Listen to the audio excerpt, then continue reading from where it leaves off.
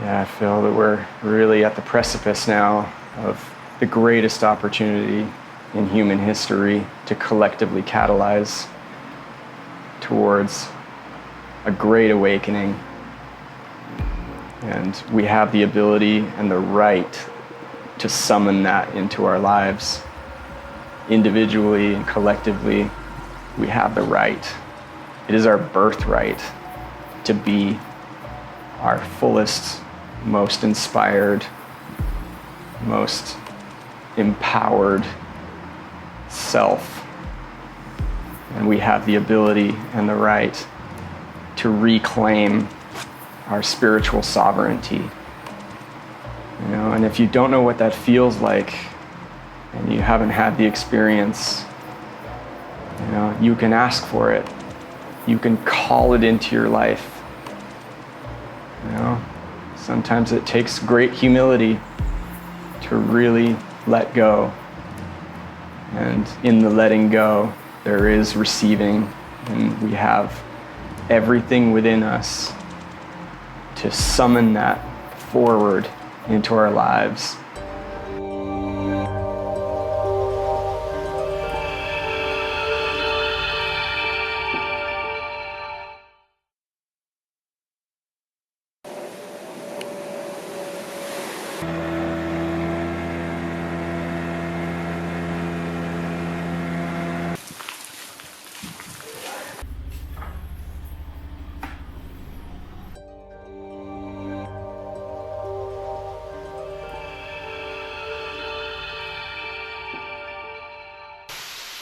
Дорогие друзья, для меня сегодня большая честь быть здесь, в этом пространстве, вместе с этим замечательным человеком.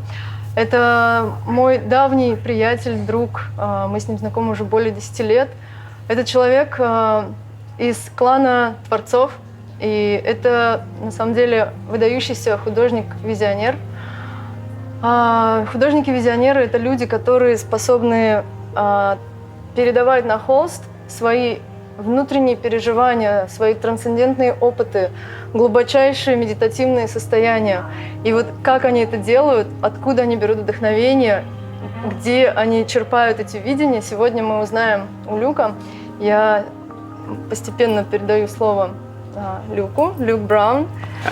First of all, I want to say big thanks for this space, for the universe, because when I recognize that we are in the one island now, I was so happy because for me it's the big opportunity to speak with you. Great, I'm so happy to be a part of it. Yeah, and I'm so happy that we meet. So let's start from the question, what is the purpose for you? Because if we speak about purpose, we need to speak in, you know, like in one language. Well, I mean, this is like trying to pull the ocean through a pinhole. It's like, you know, that's a big subject. Yeah, I mean, creativity, really living my life creatively, being in service to the creative impulse of the universe and allowing that to translate itself through me. That's my purpose. And I see it as an act of service to you know, the unfolding of life on the planet, and to be inspired and to act upon that inspiration through creative acts. That's my service to humanity and the unfolding of human potential. And yeah, I'm wholeheartedly dedicated to this. This is the main event for me. This is not a hobby on the side. This is like absolutely 100% my full devotion in life is dedicated to my creative output by any means necessary, with any medium I can get my hands on. And yeah, it's a magical act to me. And when the first time you catch it, how old was you when you first feeling like, wow, this is what I want to do in my life? Well, that was very clearly presented to me when I was a teenager, around 17 years old. Before that, I grew up in a very creative household. My father's a musician. My mother's an artist, a photographer. She went to an art school, and so yeah, it wasn't really that much of a stretch of the imagination for me to be an artist, but it wasn't that clear for me before until I was 17. I had a really powerful mystical experience that really opened me up, opened up my heart, opened up my vision, opened up my mind, and yeah, I received a very clear, visually administered transmission of that sense of purpose, and it was very clear that I was to be an artist, and that I needed to just devote everything to it, and if I did so, then everything will work out in my life. And that was such a gift from divinity itself to be able to receive that as a teenager, because so many people at that age are, really fumbling their way through life, not really knowing where it's going to go or what's in store for them. And for me, it was very direct and very clear. And so, yeah, from that point on, I just really put everything into it. I devoted. You went to study somewhere? Yeah, shortly after that, I signed up for an art school, and it was joined with my high school. So it was a really fortunate situation, because it was very rare to have that, to have like access to college level programs while I was in high school. So I had my regular courses, science, math, geography, etc. And then from the afternoon until I left was filmmaking and sculpture and figure drawing and painting and illustration and sculpture and ceramics and all these different mediums. So yeah, from that initial mystic experience, I was seeing in my inner vision a very unique, creative aesthetic, but I saw it applied to everything. And I saw paintings, I saw my whole body tattooed, I saw architecture, I saw sculptures, I saw jewelry, ornaments, adornments, everything I could think of was overlaid with this creative aesthetic that was unique to myself. And so yeah, it inspired me to just get my hands into everything. And so it was really an incredibly fortunate situation that was available to me when I was that age, and that it was just streamlined right from those initial mystical experiences right into having access to that. So yeah. So you have clear vision how it will be. Yeah, well, when I was really young, I was always naturally creative. Whatever I'd get into was something that had some kind of creative twist on it, and I was not really a team player. I wasn't really part of like group activities or sports. I was very much in my own little world, and so whatever I'd get into, it was really, really focused. And I had very vivid dreams from when I was really young. My inner vision was always very refined, and I was always very visually oriented. So when I was in school, things that were very abstract were difficult for me, but when things are, visually described with adjectives, I could see it in my mind. And so I feel like, I think I'm just naturally oriented in a particular way to have very, very clear inner vision. Mm-hmm.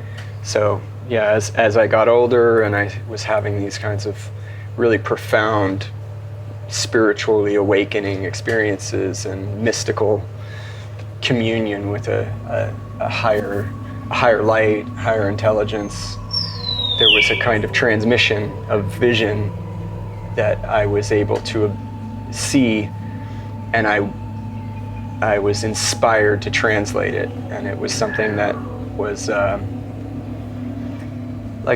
it's like an uncontrollable compulsion.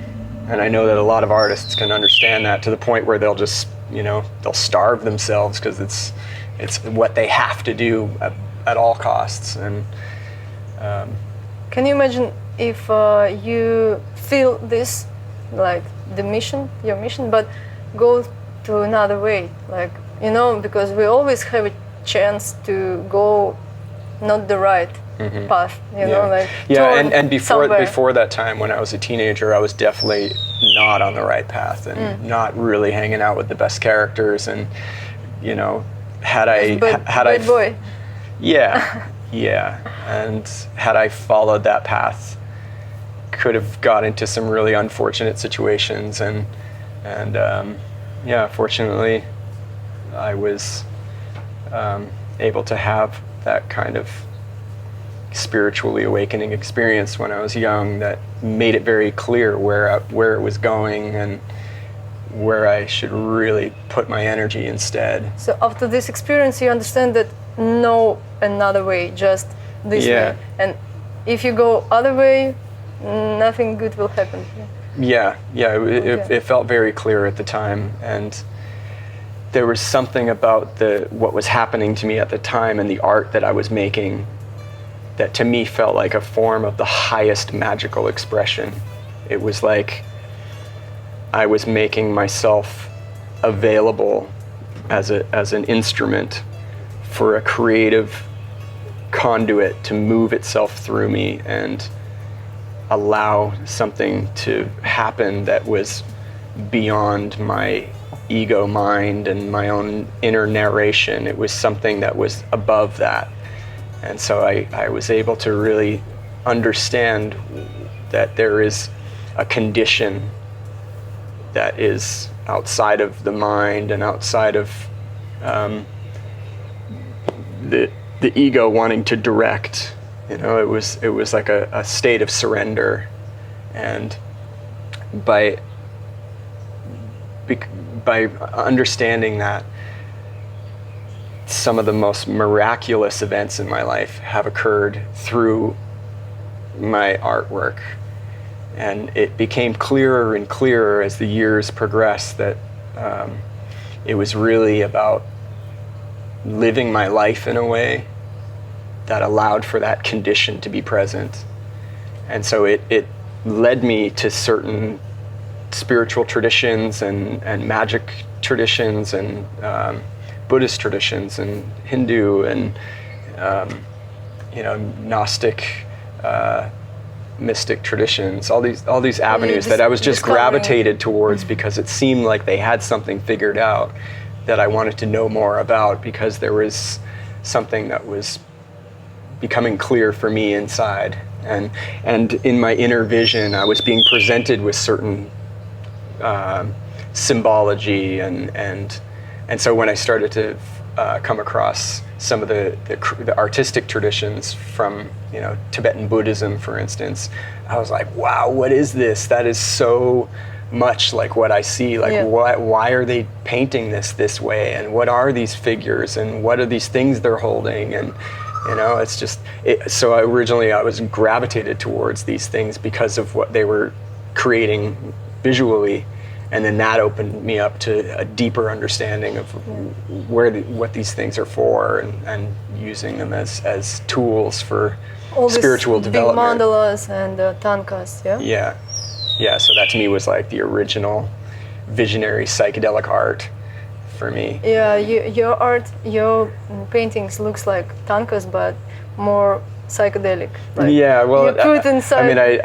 I love what happens in those traditions, but for me it also seems very flat. It's like two-dimensional, but for me my creative mind keeps developing it and wants to see it in 5 dimensions. And it's amazing how you can reach this state in the painting. Maybe it's the clear vision. You see the vision, and you just know how to put it on the canvas, right? Well, this has been part of the magic that I've experienced over the years, is that by being in that kind of that quality of consciousness where I'm just making myself available for this higher conduit of creativity, it's almost like an autopilot where there's something happening that I'm witness to and I'm not directing. And I've learned more from that process rather than actively studying and looking and like deconstructing techniques and trying to figure it out. It's been more like channeling than actual like developing skill set through study. It's been more like, yeah, I'm amazed at times at some of the ways that it happens when I really feel it's like it's a quality of consciousness that I have to cultivate my life to support. So And that was something that was made clear from the start, is that it's like I have to just surrender to it. And yeah. How do you support this state? You know, like you practice something, maybe you fasting, maybe you meditate all day. I don't know. I mean, these are all things that I've applied throughout my life, and I go through periods of time where I'm more dedicated in the discipline of it, and other times I'm not. But I feel like I've had some really powerful, profound experiences that have essentially they've changed me forever, and they've become a kind of a reference point inside that I can. It's always there. You know, sometimes if I lose track or I lose sight of where things are going, or I'm not feeling clear, there's always an underlying foundation from these experiences that I've had, that if I do clear my mind and I do find the stillness and the silence, and it's very readily available, and that's one of the reasons why I really enjoy living in a place like this, because it's sanctuary. Yeah, and the more I can be immersed in nature, and nature be right outside the door, that's part of the condition for me. That's part of just being in like a vibrational coherence with the synchronous unfolding of nature. I become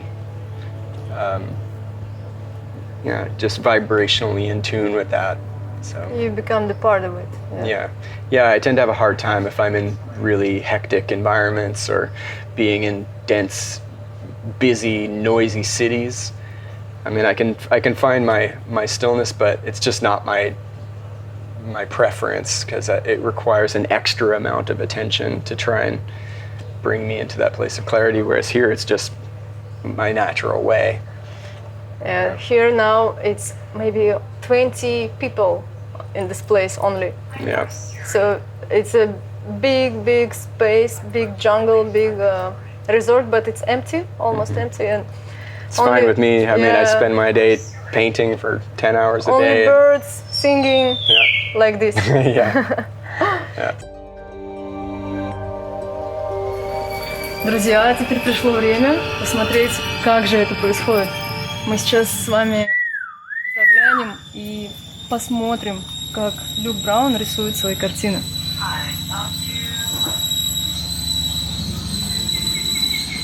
Это такая обычная тайская деревня. Здесь живут тайцы. Тут никого практически нет, кроме них. И вот здесь находится мастерская. Немножечко похоже на пещеру, но такую современную пещеру.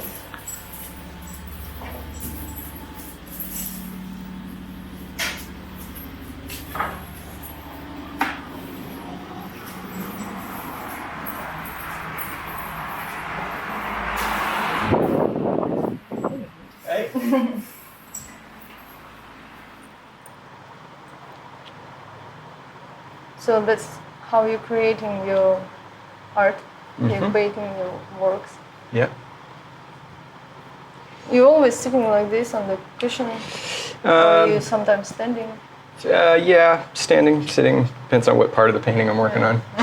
So, because in imagination of people, sometimes it's like the art place of painter. It's like the big hall with the big windows, with the many different things where you put your canvas. And Yeah. You, Well, you, so much. You have this and you have this. Well, so much of my painting is like a brush this size and a palette this size, so I'm not really a messy painter. I don't require a big amount of space and making a big mess everywhere. It's like everything's very, very small, very tidy. So. What the motivated power when you do all these things? Like, I had been spending time in the Himalayas for several years in a row with a friend of mine who is, he's very well versed in Vajrayana Buddhist traditions and spends a lot of time in the Himalayas. So he was always such a great guide and host when I would travel to those parts of the world with. And I had some really profound experiences there that to me were so deeply, deeply familiar. And I've been attracted to these traditions and to the Thangka painting traditions for many years before that, but it wasn't until I went there and went to these remote valleys and went to these places in really high elevations in the Himalayas and saw the intact remaining Tibetan culture that exists there, that it awakened a kind of cellular memory in me. And I didn't think I'd be surprised, but I was really surprised at just how deeply familiar it was and how much it really activated my creative purpose and journey in a whole other level. And initially, those times when I went there, one of the journeys was following the route that Padmasambhava had taken from India through Nepal to Bhutan and to Tibet. And there are caves that he meditated in for periods of time. And now there's beautiful monasteries that are built around these caves that are really still unassuming. I mean, they're just caves you have to move sideways through the rocks to get to, and just barely fit one person. And there might be a little altar in the corner, but these were some of these really profound mystic experiences that I had that awakened something really deep within me. And I had a really deep sense of communion with Padmasambhava on that journey in ways that really changed me. And it was something that I'd been intending for a long time to do a proper portrait. And with all the conditions of the world right now, it felt really appropriate for myself to really invite this presence into my life in this way, and also into the world in this way. So this is quite a medicinal journey that I've been on with this particular painting. So. I can see the patterns on the head, same patterns as you have. Yeah. What does it mean? Well, this is it's found throughout South America. It represents the breath or the wind. And why it's here on the head?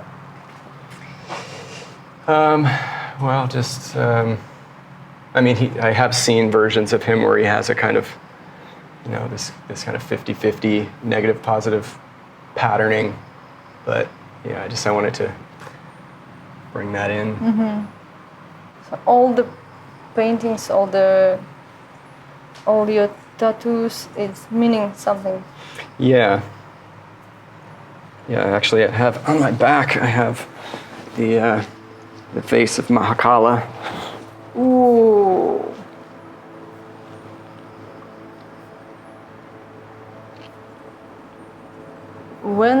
How old is this tattoo? I got it in 2013. All your body like a canvas, yeah? Yeah, I'll show you some of the work on my legs. I have the Tibetan snow lion.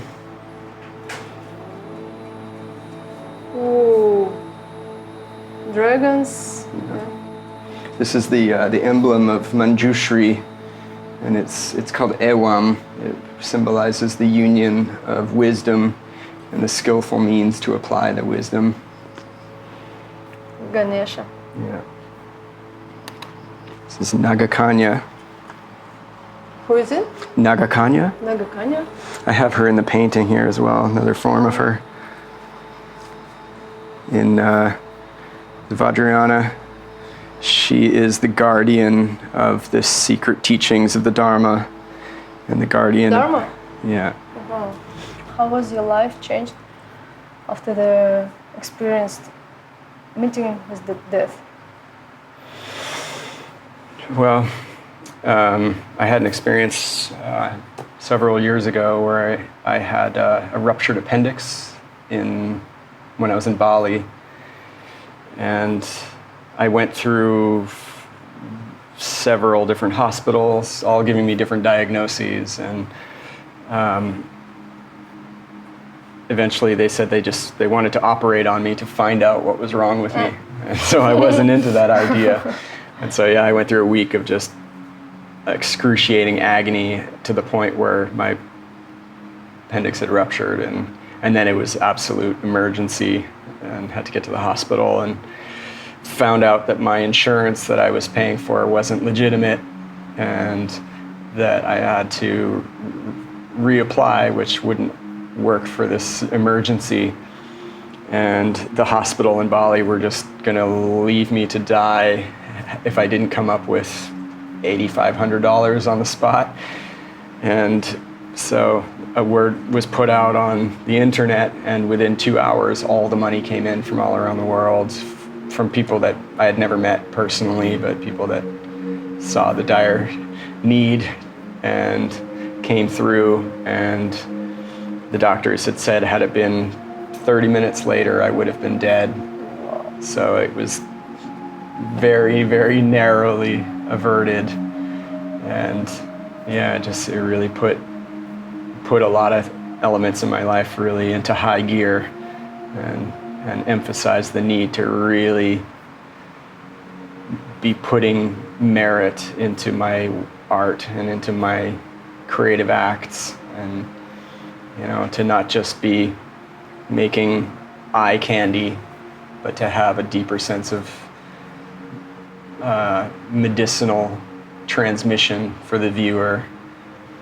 And that meant really just getting in touch with that in myself and bringing that however it wanted to manifest from that place of intention. Wow. After, when you understand that the world support you, like people who you don't know support you, what do you feel in this moment? It was incredible. It really brought my gratitude for the opportunity to have this human body and this life, and all the opportunities I have to just not squander it or take it for granted, and to really make the most of it in every way possible. It's really emphasized from that, to not waste any time. Like you are the one who the world needs to be here. Yeah. Yeah, and if I wasn't, then I wouldn't be. You know? So yeah, it was like a second chance to really make the most of this life, and to and it's the Mahakala on my back is really, it's symbolic of that, because the Mahakala. You made it after this.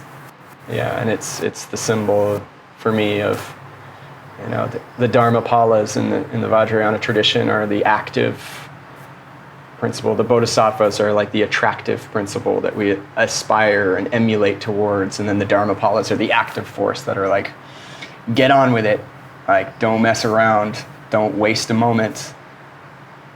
This precious human life is, the highest honor to be bestowed upon consciousness itself. So, really do something worthwhile that is of service to the world. Do acts of service that is, that merits others, and just do it. So yeah, I feel that that's what my art that's the purpose of my art.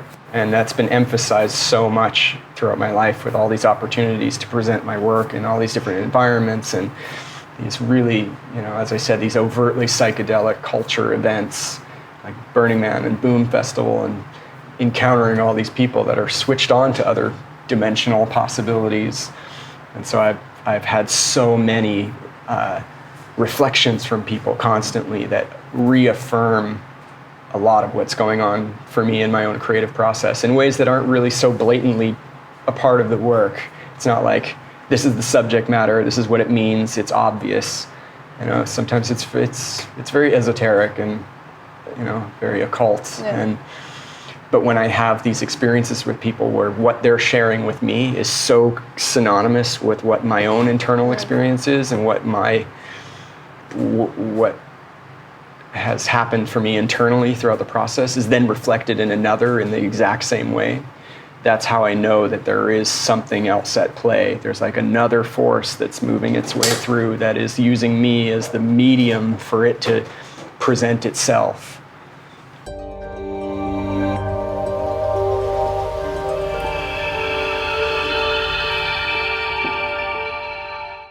So, who's your teacher? My teacher. I've had a lot of teachers throughout my life.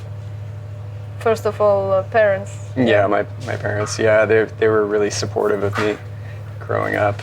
It was I was so fortunate to have that, you know, as these awakenings were happening for me, and to have my parents were like, you know, of course, yeah, that sounds good. You know, they weren't trying to box me into a framework that wasn't my own. They were really very, very open, and so yeah, they weren't like you in they weren't like you can't be an experience. artist, you won't make any money, you got to be a lawyer instead. You know, I didn't have any of that. Because they're artists also, yeah. Yeah, and surrounded by a lot of artists and musicians. So, I had a lot of examples growing up of people that really lived it. Were supported for their art, you know. So it wasn't like, you know, I had to dream of it. It was like there were people that lived down the street from me, and you know. So it's so important to have a support from closest people, Yeah. because many artists don't have this support. Yeah. And Yeah, I feel so fortunate to have had that right from the start, and yeah, I had a running start right out the gate. maybe you have some advice. I don't know, like some medicine words for me- to people for who me, don't have it's- this support. For me, it was really developing, cultivating the feeling of trust. In yourself. Yeah, and you know, that confidence had to be cultivated from within, but for me there was so much just a high magic in what was happening with what I was creating, what was happening for me personally throughout that process that gets infused into what I'm creating. And then what happens after that has been created, and the series of events and the people that I meet and the connections that happen. And from really early on, it was really incredible what was happening. And it's only become more incredible. I mean, to the point of just absolutely blown away by how directly related my own imagination of myself is into what happens in my life. Yeah. Like, I mean, without a doubt, it is intrinsically related, and so that just deepened that sense of trust. That, you know, and from that original experience when I was a teenager, the sense that I had at the time was, you know, as long as I dedicate everything to this, everything will work for me. It was really powerful, and it really settled me into a place of comfort in my heart. And and it's just been something that has been deepening and developing so much throughout my life. And I've been so fortunate to be able to be recognized by people that I've admired for decades, like just the highest level of inspiration for me in art and music, and people that now consider me amongst their ranks and give me the same accolades that I would give them. And so the Alex Gray also your friend? Yeah, he's been a great mentor and ally for me and big support over the years. And yeah, he's been a great assistant in just seeing the way that how to live your life wholeheartedly as an artist and be supported, and to be able to be at peace with all the energy that comes with that and all the attention, but without any extraneous ego put on top of it, to still remain humble and grateful. So it seems like someone, like angel's hands, take you and just I really felt holding like that. you all the time, yeah? But maybe did you have some obstacles on your life? Absolutely. Yeah? No, it hasn't all just been like a golden platter of ease and grace this whole time. I mean, there have been some deeply painful, existentially painful periods of my life. Like a big hole in the... But in retrospect, those were the greatest catalyzing moments that really brought the deeply unacknowledged parts up to be seen and purged and released. And so it gave me such a sense of appreciation and the value of hitting the bottom and going through the deepest, darkest parts of yourself, because I had to go through that. I had to see those parts in order to really change the course of my life, that I wouldn't have done so had I not been put into such an uncomfortable position at stages in my life. It's like the discomfort comfort can breed complacency, but when you're put into positions where things are really brought to the deepest challenge, is where you're forced to really address things and change things that you wouldn't change otherwise. I had some deep pain developing in my arm and my wrist and my forearm from years of tattooing, because I spent a good 8 or 9 years as a professional tattooist. You do tattoo? Yeah. And it was something.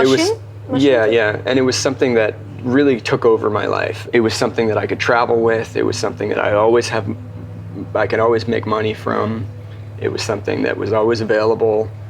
And so it really became this all-encompassing medium that took over my painting and everything else, and put me in this whole other world of a completely different subculture of extreme body modification and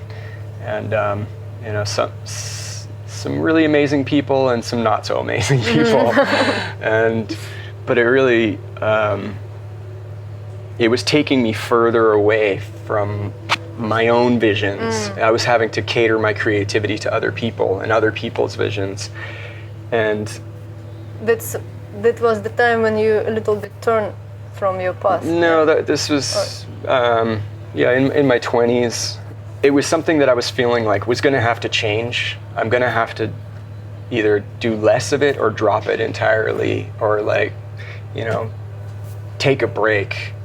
But I wasn't doing that, because it was just something that was just running on its own, and it was like it would just keep running unless I changed it, and I wasn't. And eventually I got to the point where I had developed so much crippling pain in my forearm, my wrist, and it wasn't just physically painful, it was like deeply existentially painful, because I didn't know anything else other than my creativity. And so to find myself in a place where even holding a pencil was hard was really, I mean, it put everything about my life and myself and my confidence and everything was in question. You know, it's like, if I'm not here to do this, what am I here for? And it made me just fall into some deep depression and anxiety and just doubting everything and questioning everything. And it felt like I had done it to myself because I wasn't listening. And I had some really amazing opportunities to become involved with plant medicine ceremonies, and it really was the greatest gift because it allowed me to really have the supportive environment to go into that place of real cathartic emotional depth, to really acknowledge the root cause of why this is taking place. It wasn't just because I was tattooing and that I wasn't listening and to myself, and you know, it was something much, much deeper, and it was so deep that it extended beyond my own personal lifetime and my upbringing. It was like something way deeper inside the human condition. It was like I was able to see visually in my own body the condition in human consciousness that had given up its own divine spiritual sovereignty and the right to be the most powerful expression of self, to find the deepest sense of worthiness. All of that was in there. It was like I had manifested the pain as a byproduct, as a symptom of this quality of consciousness that, you know, like I wasn't believing in myself. And so I created the conditions to observe what it's like to not, you know, to validate the lack of belief in yourself. And so through these opportunities with this plant medicine, as I was able to see how deep that is, and to love it and to forgive it and to thank it for the opportunity of showing me that so clearly, and that I had that work had to be done from the deepest part of the self. It wasn't going to be given to me from outside. It wasn't going to be in the form of circumstances outside of me that were going to change. It had to change from seeing it deep inside and bringing it to the surface and surrendering it and letting it go, and to choose to be free and to choose to invite in the highest sense of self-empowerment and spiritual sovereignty, to really claim it. And there were events that happened soon after that for me that were, I mean, miraculous, to say the least, in terms of characters that came into my life, spiritual teachers, and opportunities to really put my attention into my art again in a new way. And that's when I met Alex Gray. It was soon after that. And then from that meeting, there was a whole series of events that just cascaded out through being invited to Boom Festival and being invited to events in Europe and being invited to present art alongside my heroes, like the people that were like, you know, the greatest embodiment of creative expression that inspired me so deeply. I was now able to exhibit amongst them, show my work on the same walls, and be greeted by the same, you know, series of fans, and have it was like, yeah, I see the relationship between doing that inner work and finding that reconciliation and that resolution in the heart, and then life just changes to meet it as a vibratory phase change. It just, the hologram just shuffles and shifts to accommodate the new change in vibration within the self. And it was, there's been so many experiences throughout my life that have just like shined that in my face, that, that I have to have that as a reference to just not doubt. And by not doubting, I'm given experiences that validate why I shouldn't doubt. And it's like if we fear, then we'll get experiences that validate why we should be fearful. If we're in a state of, trust and surrender and unconditional love, then the world around us gives us experiences that validate why we should love. And so that's been something that has happened as a result of my artwork for me. And it's as a result of being in that condition and being a bit making myself available for the river of eternal creativity that is just expressing itself throughout all of nature, throughout all of the universe. It's an ceaselessly endless unfurling of novelty and beauty and synchronicity and vibrational coherence and symbiosis with itself. And it's our mind and our ego narration that puts a blinder to it and thinks that we're small, thinks that we're not having an effect on anything, and that we're not worth anything, and that we're out of sync with that. But there's ways to create the conditions to remove that and to come into alignment with what's happening all around us. And for me, that's my creative act is my spiritual practice, really. Because there's so much that can affirm that continuously throughout my life, and it's not an easy thing to share, because there are events in my life that I think for most people's context would be unbelievable. Like, it's just not believable. It's not how things work. But for me, it is how it works. And I've had enough of it throughout my life that I can reference it. It's part of the foundation of my being. It's part of my internal, my reference point. My central axis is informed by those experiences forever. So. Wow, you speak so beautiful. I hear your speech, and I can imagine everything what you say. Like, your speech, like your painting, like it's same. Yeah, there's so much value, priceless value, in cultivating a state of trust and surrender to what is. And that's been the greatest teacher of my journey with my art. In retrospect, being able to observe the way that it has unfolded for me, that was the message from the start. And yeah, I just want to convey and share that the miraculous can be commonplace. There's a way to live your life that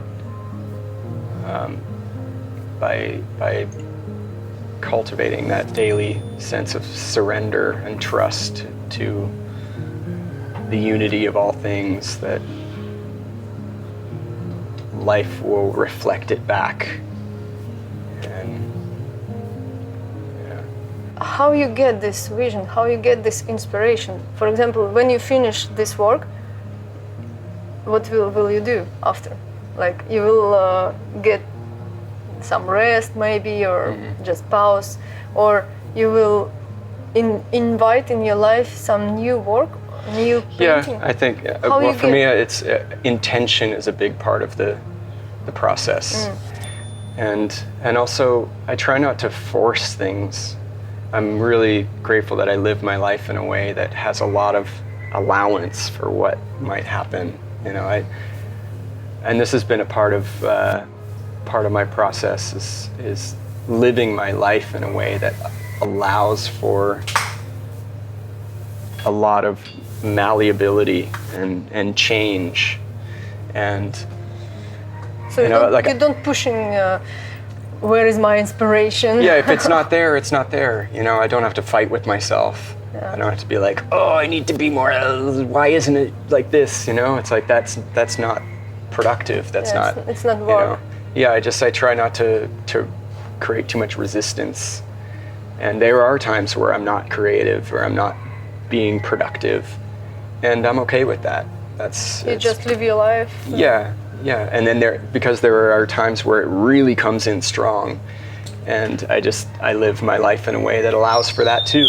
That if I don't have to, put that aside and be like, oh, it's not the right time for that. It's just like, okay, that's what's coming up. Okay, I got to just do that. You just surrender, yeah. Yeah, and for me, it's been really, really helpful for me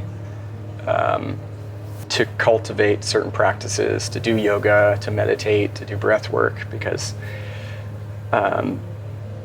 there have been times where it does feel like a lot of energy is coming through, and without these kinds of tools, it can just be too much. Like burning inside. Yeah, and it's like, it's hard for me to just, I consider that creative conduit to be like a faucet. It's either on and it just, it's flowing out. It's hard for me to regulate the power. I can't just be like, oh, I'll only just be this much creativity, just a little bit, It's because sometimes it's full power, and I have to just, and when it's on, it's like, okay, everything outside in the world disappears, and I might be painting every day, 10 hours a day for weeks, and I have to just live my life in a way that allows for that. And then I live my life in a way that allows for not doing that, and just like, Okay. So that's been a big part of this process, is not having to shape it into something that doesn't fit into. If I had to be accountable to getting into traffic and having a job somewhere that was not creative for me, and then this creative practice over here is like not prioritized, that wouldn't work for me. I can't do that. Yeah. It's like it's all or nothing. Yeah. And by committing myself to that has been the most phenomenal miracle of what life can be.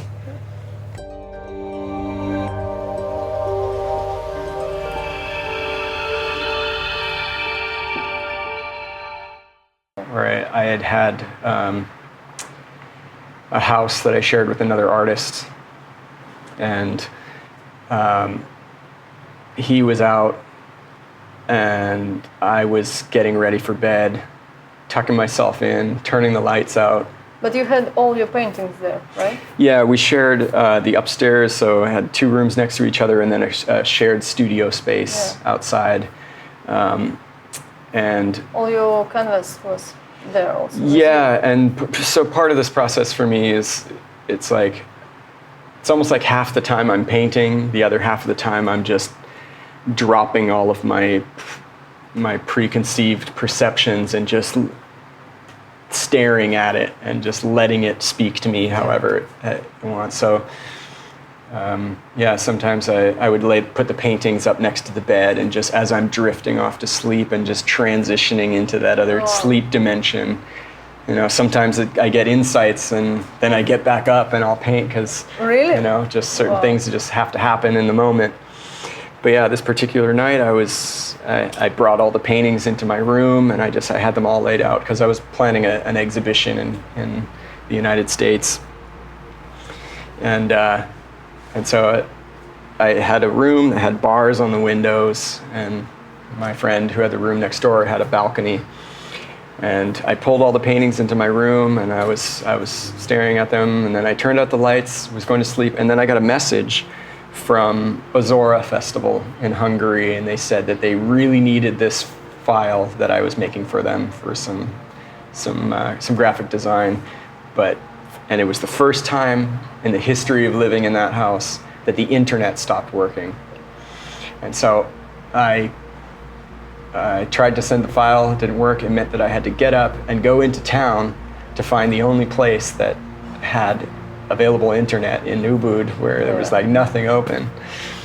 And so I got up, went into town, and then Met your friend there. and my friend that I shared the house with was there in town. And then within 30 minutes, I got a call from one of the neighbors saying that the house was on fire, and like really on fire. And I was there with my friend, and we rushed back to the house, and there was fire trucks, and the house is in flames, and there's water pouring out the front of the house because the firemen are up there hosing it all down. We managed to get inside and get upstairs. The whole upstairs is just burned away, and I happened to close my door, and I opened my bedroom door, and my room was the only part that was intact in the house. And so had I not got that call, I would have been tucked in bed, trapped in my room with bars on my windows with a blazing inferno outside my bedroom door. And so yeah, it was some angelic intervention made sure to get me out of the house, because it would have been an eruption from an electrical fire that burned up all this flammable solvents, and which meant it would have just boom, it would have gone up really big, really fast, and yeah, I would have been stuck inside my room as this was burning outside. And so yeah, that felt like a really clear sense of intuition and guidance, because I could have ignored the message and been like, oh, I'll just deal with that tomorrow. But instead it was like, I should really go do this. And so everything was saved, but everything outside my room was not.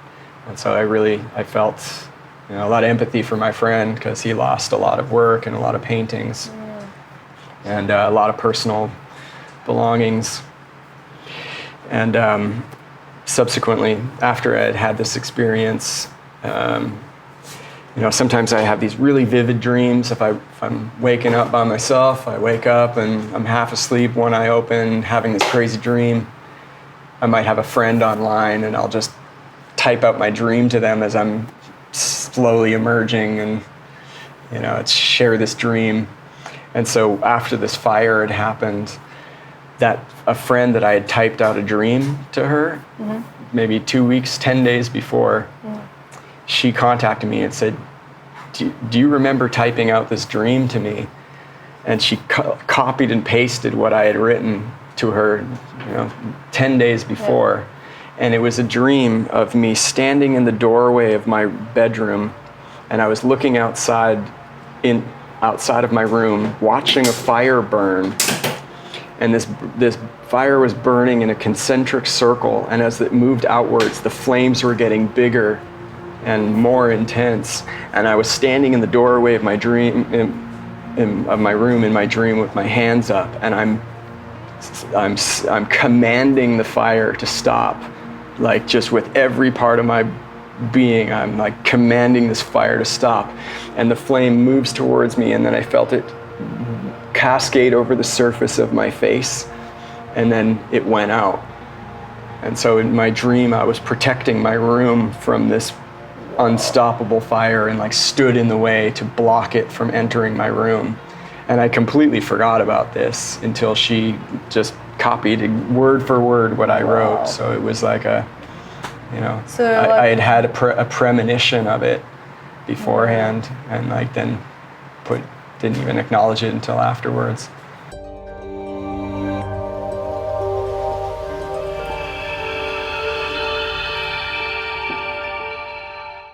How do you enter the state? How do you enter the state before you start to painting? It starts with intention. It's not a matter of trying to force it, because it doesn't work that way for me. But I can summon it. I can ask for it. Like invite something. I can invite. If it's something that wants to happen, then I can create the space for it to arrive.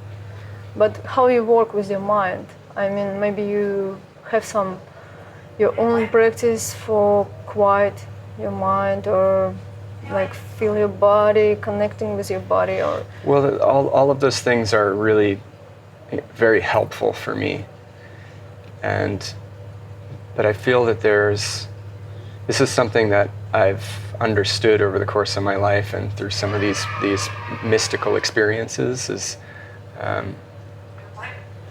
a communion with a dimension of higher intelligence that is informing the physical, and to find ways through certain tools to be able to come into contact with those dimensions. And I mean, there's a whole range of dimensions, and some of them are, not. There are realms of shadow, and there's realms of light, and it's really a matter of really learning through radical discernment in your heart of what you're making contact with. And so I feel that I've been cultivating a communion with a realm of essentially angelic intelligence that is informing my artwork and my life, really. And so it's a matter of just like with this painting that I'm working on now, that I had some experiences in the Himalayas multiple times with Padmasambhava as an energy of a really great teaching that really altered my life forever. And it's something that I've been intending for a long time. But I feel like now is the time to really bring that through for me personally, but also for the world. I feel like it's really important. And so I spent a lot of time meditating and just, I'm like, okay, if this is what is meant to be, then, show me what you look like. Show me how you want to be presented. Just like, I feel that we have the ability to have everything answered. It's all the answers to everything to infinity is available because we are that which we seek. There is no borders. There's no boundary to the inner and the outer, and the outer extends into infinity, and the inner extends into infinity, and it's all, occupying the same metaphysical space in all time and all space. All answers are available, and so, it's just a matter of just finding enough clear space inside and holding the intention. And there's things that I ask, and the way they get answered is sometimes in the most amazing ways, in the most incredible ways, sometimes in ways I wouldn't expect, like cultivating, the intention for this painting, and then encountering people that are really skilled in these traditions and in these understandings that just appear into my life, and they're just like, hey, boop, boop, boop, boop, boop, and they just like bring this information to me, and I'm like, oh yeah, that's totally useful. It's just, we live in a holographic imaginatrix that is, reflecting our individual and our collective imagination of ourselves. And there are qualities of consciousness that can be much more powerful individually if you are vibrating on a higher frequency. How to be open for this? How to remember about this always? Is it skill? It's like soft skill which you can it's something that practice, and after it became like normal. Yeah, in a way. What do you feel when you're painting this? Like every your work is like history, like some big story, So, for example, this painting it's about something. Another painting it's about another Well, And- sometimes it's not always clear what that is from the start. Sometimes it's sometimes it's just a vision that I see it. It feels something.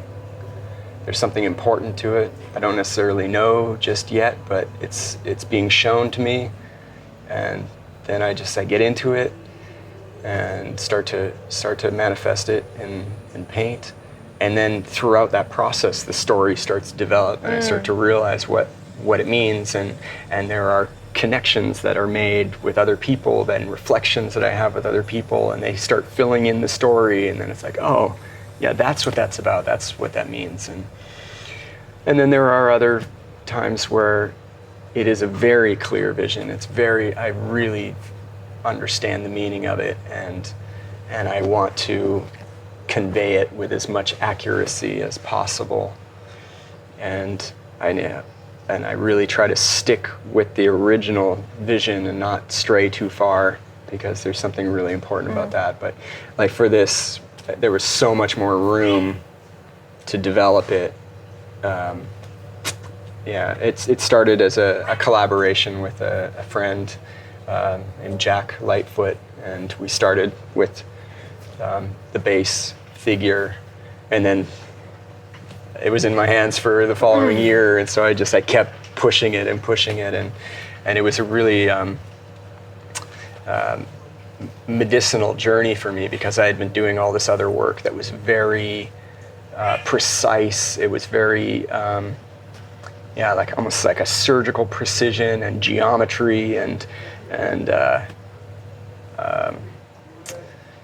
very mathematical in the precision and the symmetry, and I love the outcome, but sometimes the process can be really kind of taxing, because it requires so much of me to stay on the focus, whereas this was much more free. I could just like be creative as nature is creative, and there's less boundary to it. It was just like wherever the brush wanted to go, and then just like, oh, that looks like this, let's turn that into that, and that looks like a face, let's make that into a face. Oh, that looks like a dragon, let's make that into a dragon. Or like, oh, how perfect a flower would be right there. It was much more free.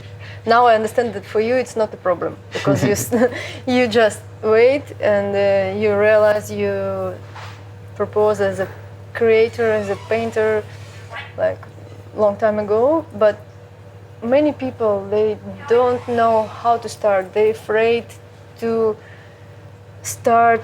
They're afraid to think that they can create, And also, it's a big problem that they don't have people who support them in this. So they feel like, wow, I want to create something, but I don't know what, I don't know how, and I'm afraid if it will be like good, or it. Yeah, I mean, that's really the initial. Many the initial questions. Quality to address is that. I mean, that's already halting the ability from the start to progress if you're beginning the journey with concern or worry or fear. I think. I mean, there are absolutely phenomenal artists in this world that don't apply the same level of rendering and refinement and technique. Sometimes it's just Expression. It's just like pure, unbridled expression, and that's what people see and feel is that expression. I think the more you can let go of the outcome, and that's what I've had to do too, is like once I started to transition out of tattooing into painting, I had to completely let go of who's going to see it, who's going to appreciate it, how it's going to be perceived, if it's going to sell, if it's going to be appreciated. When I was tattooing, it's like I'm working with someone with their ideas, and you arrive there, it's like it's an audience of one, really. Whereas the more I could just begin the journey without being fixated on the outcome, Like, I'm doing this painting for this reason because I want to display it in this place, and I want it to be appreciated by this audience, and I want it to be, you know, the best thing I've ever made. You know, I have to just let go of all of that and just begin the journey. And by letting go of all of that is where the opportunity for the greatest magic to happen. And when I'm in that state, it's like an autopilot where I'm visually problem solving certain things by just being in the current. And for me, it's like there's a momentum that develops where, you know, and this is where it's a matter of just cultivating my life to support that momentum. Because once it's running, there are things that are happening that I'm not directing, or I'm in control of, or I'm like, okay, I'm going to do this. It's just like, I don't have an internal narrative is describing it to myself as I'm doing it. It's like an empty mind, active meditation where things are just happening, and the witness is present and observing, and for me that's the mystical element of this, is just coming into alignment with the omnidirectional creative expression that is making all of these plants grow, and all of, you know, everything in nature is a byproduct of that creative impulse of the universe and of God. And so for me, it's just cultivating my life in a way where I come into contact with that current, and I ride it, and sometimes I forget to eat, or I'm just I know. Weeks have gone by, I haven't even noticed, I've like forgotten to answer emails because I'm just like following this flow, and that's how it has to be for me. How you sell your work? I mean, that's also been a part of the miraculous unfolding. That's just been a part of finding myself in contact with the right people, at the right place, at the right time, and just being in that current of synchronicity. I mean, there's plenty of stories I could share of that, of how that's happened for me, and the people that have come into my life, and the places that I've been brought to, and being invited to events around the world, or being a featured artist at these psychedelic culture gatherings and festivals, and yeah, I mean, there's never been any guarantee for me. I'm not like, okay, I've put 160 hours into this painting, that means I get a paycheck for this much because this is my hourly rate. There's no guarantee. It's never been like that for me, and yet it's worked out because I trust. I'm just surrendered to how it will be, and I'm not subscribing to the idea that I'm here to suffer, and that I'm a starving artist, and that, I have to live with anguish and turmoil. That's not what I believe about myself. I'm here to thrive and be an empowered being through my creativity, and so therefore my life is supported as a byproduct of that. And so that's, I don't necessarily have like these gallery representatives. There are some people that have been playing that part throughout the years, but there's no guarantee there either. And yet my work sells, and I've been able to be supported. It's what you say before. It's like a hologram, and it's connecting between your inner work and material space. Like when you work deeply inside. And just cultivating that trust within, that everything's going to be okay, everything's going to work out. But why many creators are suffering? Because it's a matter of really addressing that root cause inside that is standing in one's own way. And that was part of my journey, was being forced to address that state within that was getting in my own way, that wasn't believing in myself, and was self-sabotaging my own journey because there was some part of my consciousness that was invested in that was, it was almost like it was in the DNA, something that's been there for generations that had to be addressed and reconciled and forgiven and released, and by doing so, my life took a completely different turn because I was given the opportunity to really sit with that and find peace. But it took really extreme conditions to get there, and yeah, and so and because I had such these really existentially painful experiences in my life that have proven to be so pricelessly valuable in where it brought me now, that whatever is to come, I have more of a sense of trust and a skill set to be able to sit with whatever comes, It's like that there is a perspective that can hold value even in painful experiences, rather than resisting it and be like, oh, damn you, universe, why are you doing this to me? Instead, it's like, okay, what's the value of this now?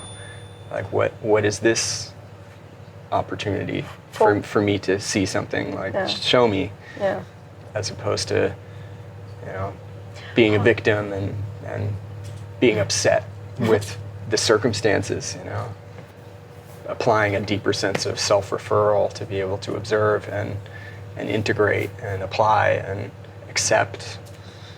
And, even if it hurts, if it wasn't happening, then it wasn't meant to be there. How do you feel? Or if it wasn't meant to be there, then it wouldn't be happening. That's what I would say. How do you feel death? Well, I mean, it is a confronting subject.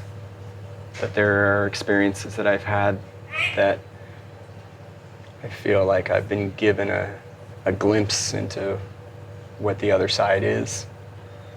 And, I value and I appreciate, and I'm so grateful for so much of what my life consists of. And so I want to be riding this as long as I can, and but I accept that there's a moment where it's time to check out, and that's what's meant to be. But yeah, some of the experiences I've had throughout my life where I've been given an opportunity to experience death already, and that's been part of that surrender. Almost like being given a death simulator experience, and just see the eternal continuum on the other side. That it is the greatest illusion. That there is no end. Consciousness doesn't just cease to be. It is eternally continuing, and that means manifesting into another human body, another form of sentient consciousness to experience it all over again. There's plenty of evidence for that, and I hold that in my heart to be true. Yeah, you perform this in your art. Mm-hmm. But yeah, I think the more you can cultivate that acceptance of death and the inevitability of death, and the release of what others may think of you, is really a golden ticket for a deeper sense of freedom. When you're not overly constrained by other people's ideas of who you should be, is when the real magic begins.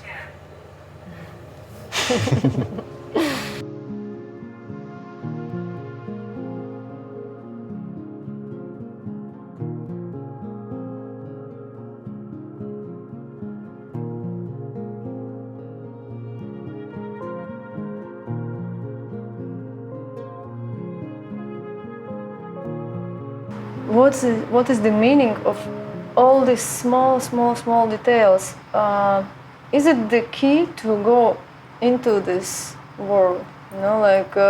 When you start to concentrate on these small micro details, like once you understand that you get in already, and is it like this, or maybe just I mean, our imagination? I love to do that. I love to,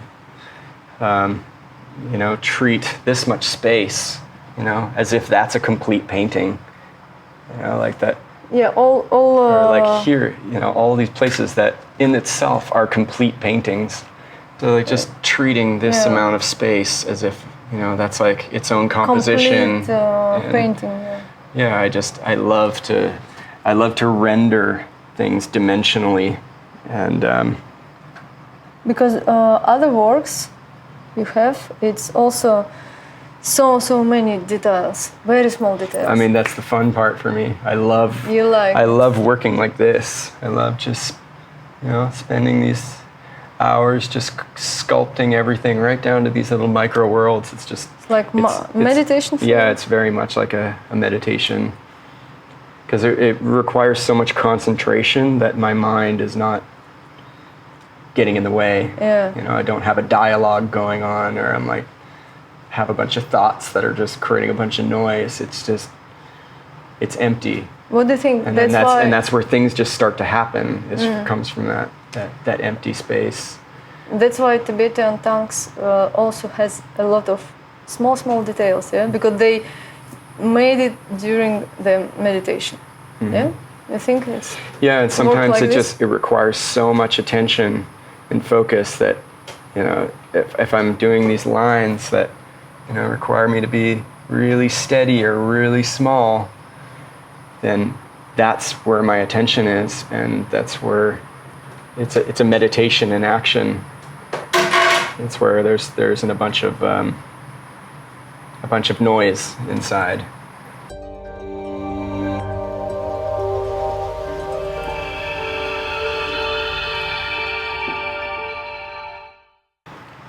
This was a painting that I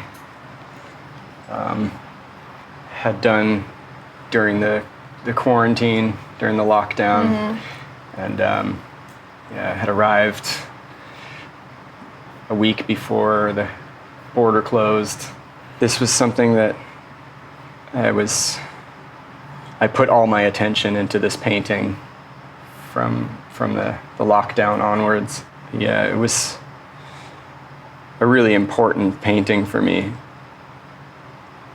and it really embodies that quality of trust and being in vibrational alignment with higher forces and higher intelligences, and being part of that continuum of consciousness, and feeling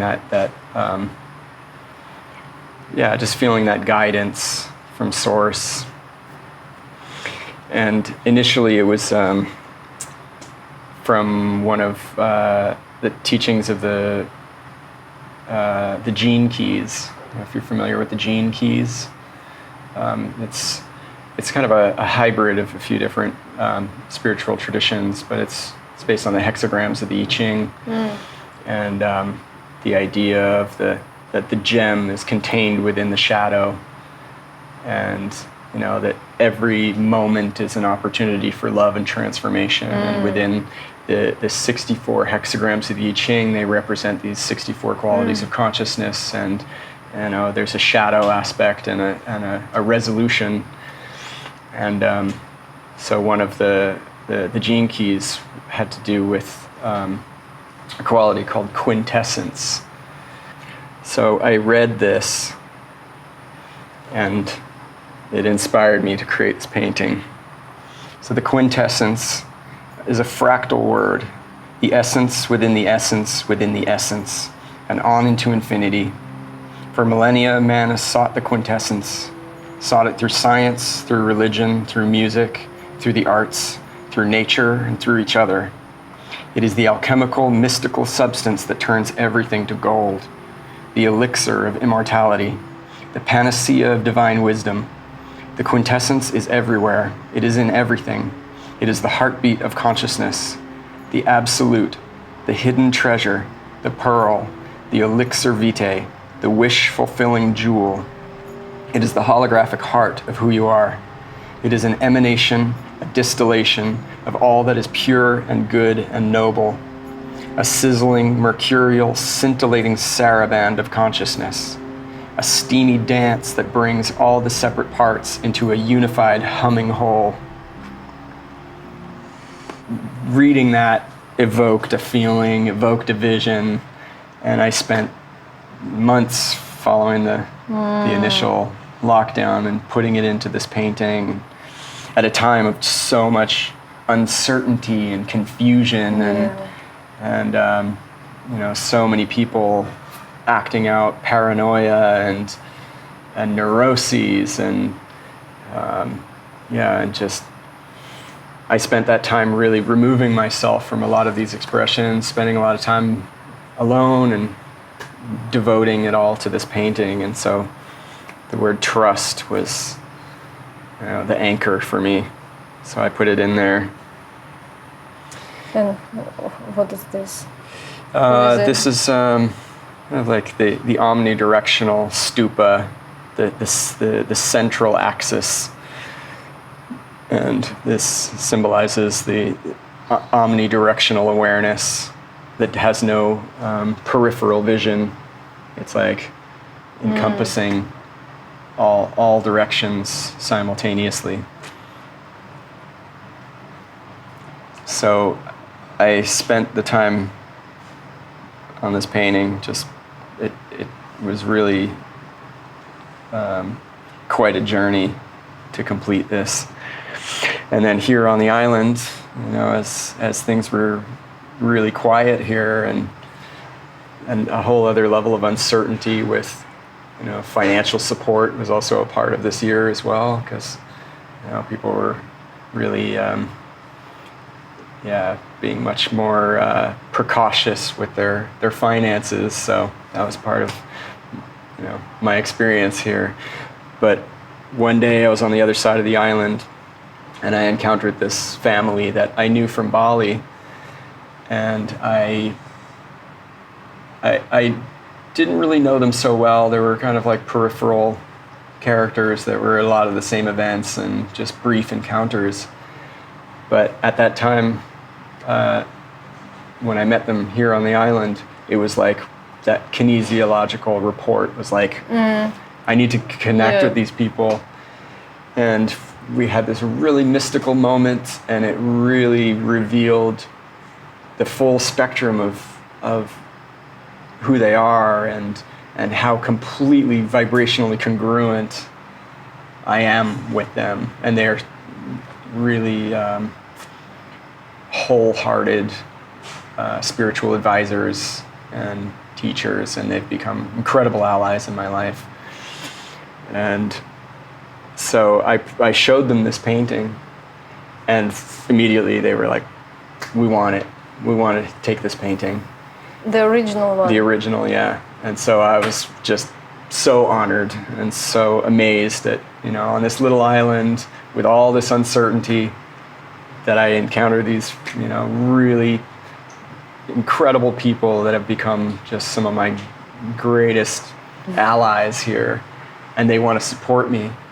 So, wow, you know, I was just, you know, another affirmation of what's possible, you know, in, you know, the world of no guarantees with this work that I do, but they just resonated so much with this painting that they just, you know, unflinching, they were like, well, we want it. And, I should back up on this story. I have this gemstone. Oh yeah. This is related to the meeting of these two. So this is it's a чинтамани stone. It's a type of meteor. It's translucent. Yeah. So this was something that I had read about and was so moved by this stone and the stories about it and the way that it's been presented through history and in these different cultures, and in the Buddhist tradition, they call it the wish-fulfilling gem. And so I looked it up. I wanted to see what the possibility of acquiring one of these stones was, and it was not easy. It wasn't something that was so readily available, and if it were, they were really small little fragments. I just put it out into the universe as an intention. You know, if this stone is to be in my presence, then so be it, however it may come. And I put out an image on my Instagram of a figure holding one of these stones, and I described it as a Chintamani stone, as a symbol of communion with our cosmic consciousness. And then I got a message from a fan that said, "I have a gift for you. What's your address?" And so I gave them the address of the sanctuary, and one day on the beach this package arrived and this stone was in it. And I was just, I mean, a stone of this size was really rare, so I was so honored. It was just like an incredible manifestation of an intention fulfilled. And I felt like from the onset of this arrival of this stone into my life, some really incredible events started to happen, and I started to make contact with some really potent people, whether it was, you know, online communication or people here on the island. Just all of a sudden, these really key people just started to surface and strengthen me, and my sense of purpose was just being reflected in these really incredible people. And so it was very shortly after this stone was when I encountered this family and on the island here. And so, yeah, and in that description that I was describing of the quintessence, it described the jewel and the wish-fulfilling gem, and so, so they wanted this painting, and then in order for me to pass on the original, I would need to get it properly documented. So I wanted to go to Bangkok to get it properly high-resolution scan, and then... so this is the print. Yeah, this is the print of the original. So when I arrived in Bangkok, I got a message from the family saying that they were very sorry, but it was, you know, too valuable of an item. They weren't going to be able to take it. You know, they're too nomadic. It's too much of a precious item to be responsible for, and they were apologizing for not wanting to take it. But that night, I was invited to a dinner to a woman who was an art collector in Bangkok. Sorry, did you feel sad about this news, or well, what I did mean, you I was feel? trusting, you know, I was just like, all right, you know, who am I to argue? It's just what's taking place. I mean, a part of me was like a bit gutted, you know, I was like, oh, you know, all right, well, what happens next? Because something's in store for me, I don't know, but I'm here in Bangkok. What to do? I get invited to this dinner, and I brought the painting with me, I unfolded it, and within first glance, she was like, I want it. That's for me. I'm taking that. It was, you know, without question. And so out of one hand into the other. Yeah. And she was a jeweler, and she had some jewelers that she worked with. And that was another part of the intention of going to Bangkok, was that I wanted to make some jewelry.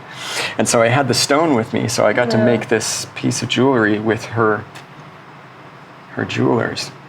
And so, yeah, there's just been a whole domino effect of incredible connections has happened this year.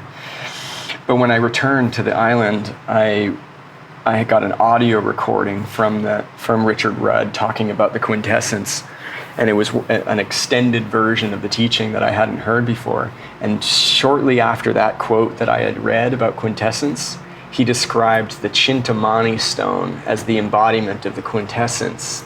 He very specifically named the Chintamani as the physical embodiment of this principle, and that it was, you know, revered and talked about in these Buddhist traditions as the wish-fulfilling gem. And so yeah, the whole thing just came right back around. It was like a perfect circuit of synchronicity that was just like, you know, trusting and following wherever it may lead, and just letting go of the outcome, and you know, trusting that all is well, no matter what, all is well. So you start also making jewelry. Well, I've been doing jewelry projects for many years. Here in also. But yeah, now because now you're not in Thailand. Bali. Yeah.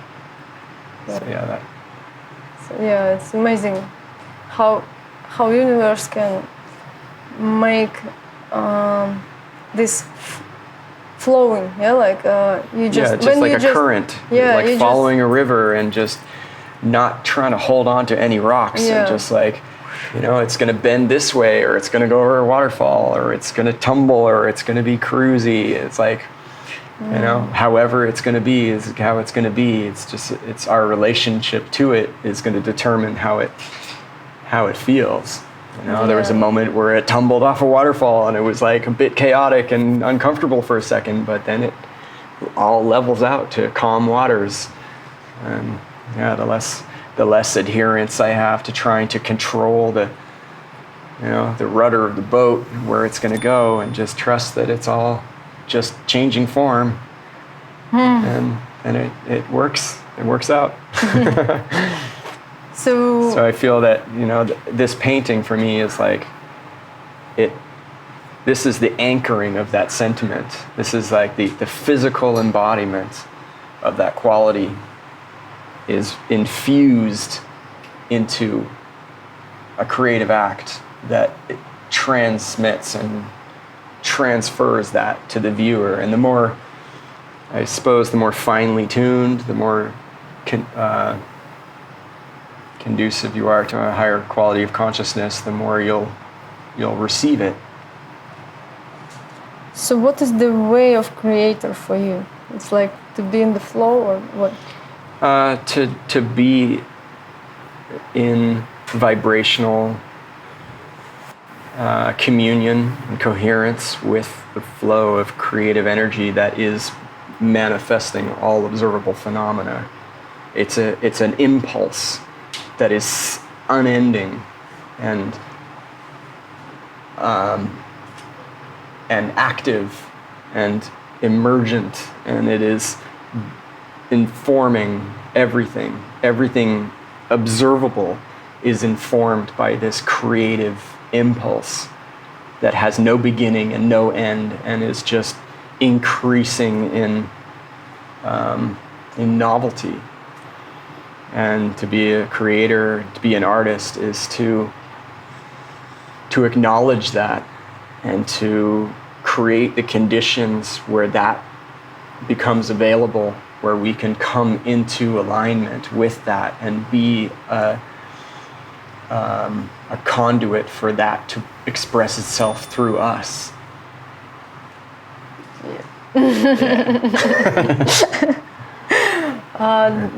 Can you advise some maybe books or films for people who are searching, for people who want to explore this world through the art, through the create? Well, there's the one book that I have been incredibly inspired by and has given me a really valuable set of skills to move through the world more gracefully. I'm inspired by a lot of sacred texts, Bhagavad Gita and the Buddhist sutras. And, these have really been incredibly helpful for having the manual for how to exist multidimensionally. But there was a book by a man named David Hawkins. He wrote a book called Power versus Force, and some subsequent books that relate to it. But it had to do with kinesiology as a tool for spiritual development. And it was a really incredibly encouraging insight into the fabric of reality, and that we have the ability and the opportunity to access the universal mainframe and the Akashic database of all of existence is not nowhere outside of the self. It is omnilocatable, it's omnipresent, and that the makeup of our being is synonymous with this Akashic database. And these spiritual traditions have really been about cultivating the quality to come into coherence with that and be informed by that. But he used kinesiology as the tool to be able to determine and progress on a spiritual path. But he had an experience when he was really young, when he was like 8 or 9 years old. He had a paper route in rural Wisconsin, and he was out in a snowstorm, and it was wet, and it was sleet and snow and hail and just horrible conditions, and he's out in a country road delivering newspapers to houses that are 100 meters away from each other. And he was wet, he was frozen, he was having this really difficult time, and so he had the intuition to dig a hole in the snow and to get out of the wind, to try and save himself from hypothermia. And he was in such a state of frustration before this, and when he entered this sanctuary of relief, he had this spiritual awakening. As a 9-year-old, he just all of a sudden his consciousness just became one with the continuum of consciousness, and just became one with a continuum of unity. And the only thing that brought him back from this state was his father finding him, and he saw the anguish on his father's face, and his belief in death was out of compassion for his father's delusion that death was a possibility, was what brought him back. And then so as he was growing up, he never really spoke about this experience to anyone, because how are you going to describe that to anyone as a 9-year-old? I mean, there's no words for it. There's no context that you can convey what that is. But as he grew older, he became a psychiatrist. He became a really well-known psychiatrist with a huge practice, with lots of people working for him, writing many books on psychiatry. And then eventually, in his old age, he was diagnosed with a terminal illness and was given months to live. And he went into such a state of existential despair, just like what is it? What am I here for? What was it all worth if this is how it goes? He was just like in such a state of like anger at God for having given such a bad hand. Yeah, he had given up on God in a way, and he had this moment of just surrendering to whatever higher power wanted to reveal the truth to him. He was just like in a state of just like deep anguish, just howling out into the abyss, like, having had this context as a child of something more. He was just like, show me what the truth. And in an instant, he was completely overtaken by the sensation that he had when he was a child, but it just continued and continued and continued. And there was a current of eternal, unending, unconditional love and bliss was just coursing up and down his spine, and he was just like dissolving into this eternity, an endless, boundaryless, horizonless, omnidirectional, eternal state of unconditional love and bliss. And he was just, he could have followed that thread forever. And, but yet he came back. And what he brought back with him was the understanding of the scale of consciousness, and that humanity is moving on this progression towards awakening, and there are phases of human experience throughout the ages that have moved through these different levels, and that we are moving inevitably towards unity consciousness, and that this scale of consciousness is measurable through kinesiology. You can muscle test the calibration of consciousness, and that there on the lower levels of this spectrum. You have scarcity and anger and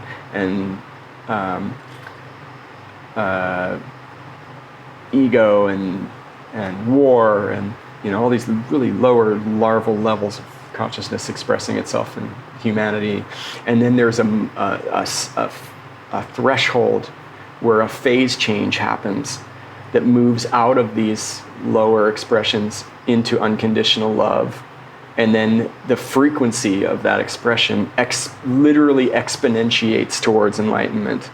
But there is a boundary between these two realms that are considered to be the realm of force and the realm of power. And the realm of force is an expression of separation from source and separation from others, and that we are separate from God. And so in order to move through the world, we need to manipulate and change the outer world in order to change the inside. But on the other side of that is power, where you come into vibrational coherence with the field in which you are supported. And that's where your muscles go strong. That's where you are actually, strengthened by the field which is informing the body. And the threshold is defined by the courage to surrender, and to surrender and invite in the presence of a higher power is what elevates us out of those lower expressions into unconditional love. And then we move into higher levels of intellect, into enlightenment, into joy. And That's about this, huh? yeah. So, yeah, understanding that, and that we are able to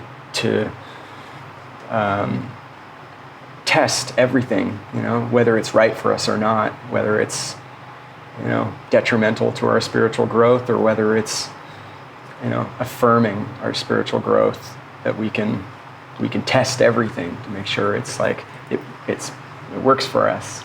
And that was something that really inspired me about art and painting, is that art can calibrate at a really high level, and it can be of benefit and can be beneficial to one's spiritual growth, or it can be detrimental, as certain expressions in music can be so detrimental because it's expressing something on such a low level that it can, can damage the DNA in certain frequencies, and so it's really a responsibility to work with creative acts that are beneficial and that are of merit for others. Yeah. And so, that really inspired me to really be really responsible with what I'm doing, and not just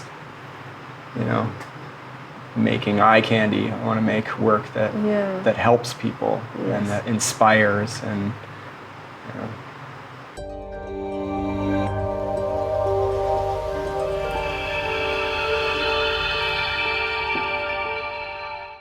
So what do you think? Is every people on the earth have a potential to be creator?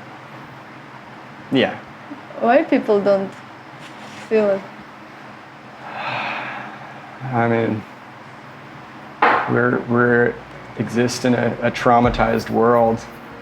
We have everything within us to overcome all of those self-defeating qualities that have been drilled into so much of humanity from birth.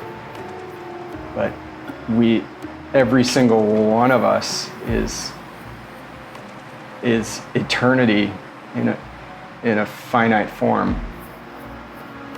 I mean, there's no exceptions. Every single one of us is the totality of existence. We are all that is. Every single one of us is all that is. And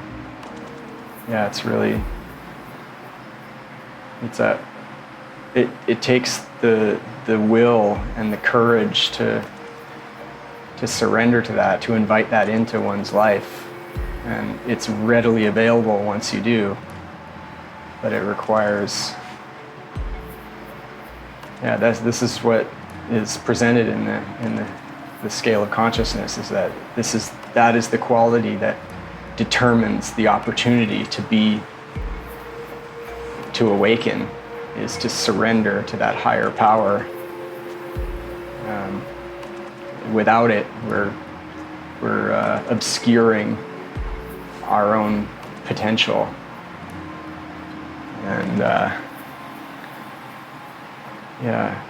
but I feel so karmically fortunate to have had so much less to undo in my own conditioning to be able to get to the place I'm at in my life, that I feel a responsibility to do the most with that, to be able to share through my creative acts. But ultimately, I feel that every single being has the opportunity to awaken. And the more of us that do awaken, the easier it becomes for everyone else. Because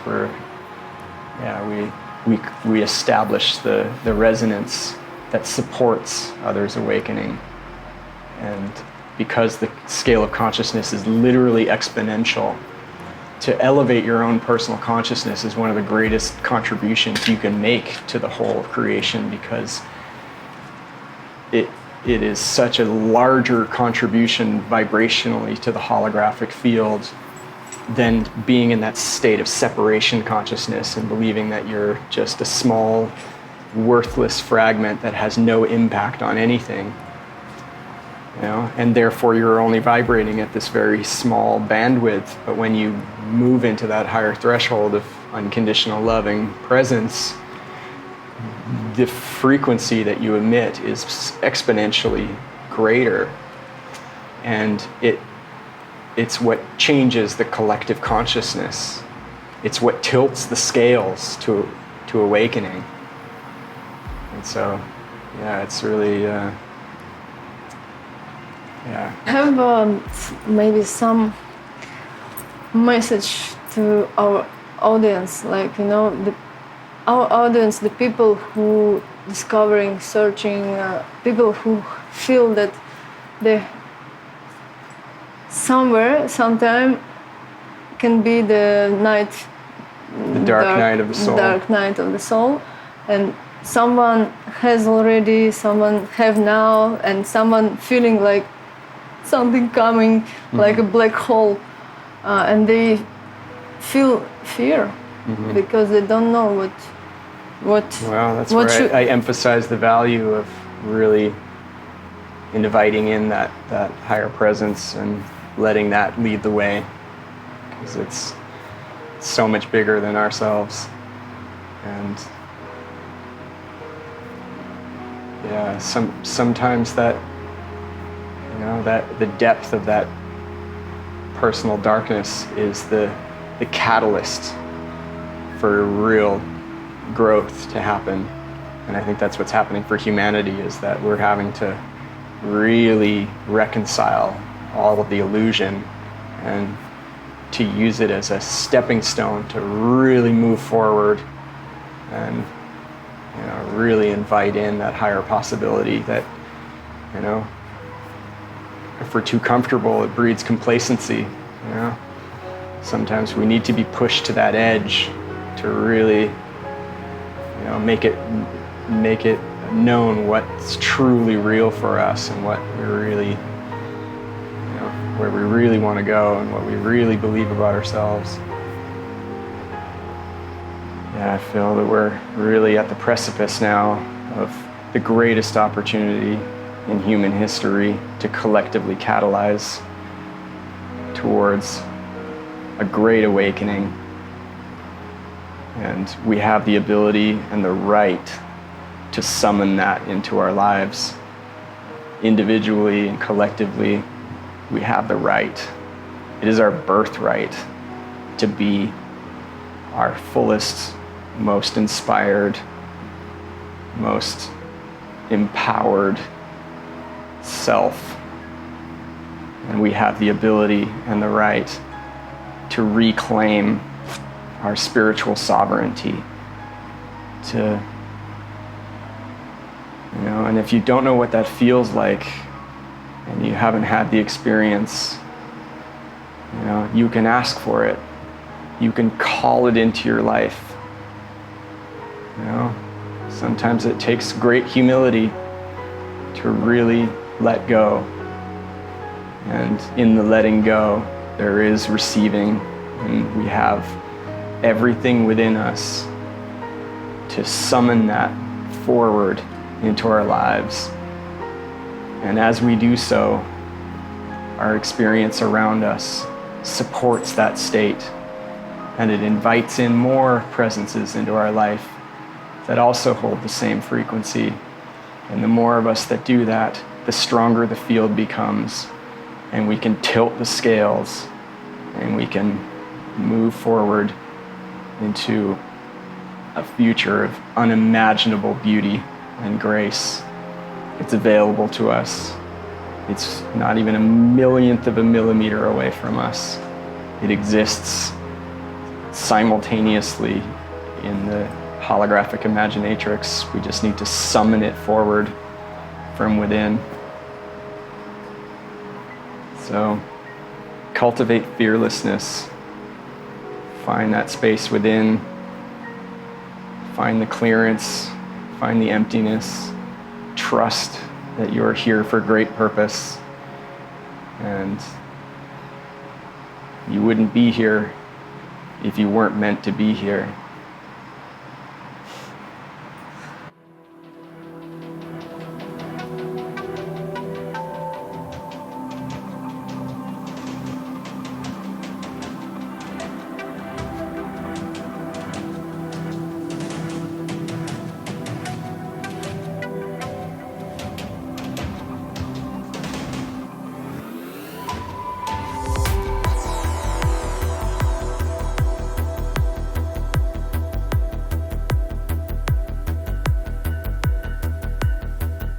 Друзья, благодарим вас за интерес к нашему проекту. Подписывайтесь на канал, рассказывайте друзьям в соцсетях и поддерживайте нас на Patreon. Давайте вместе распространять полезные и интересные знания.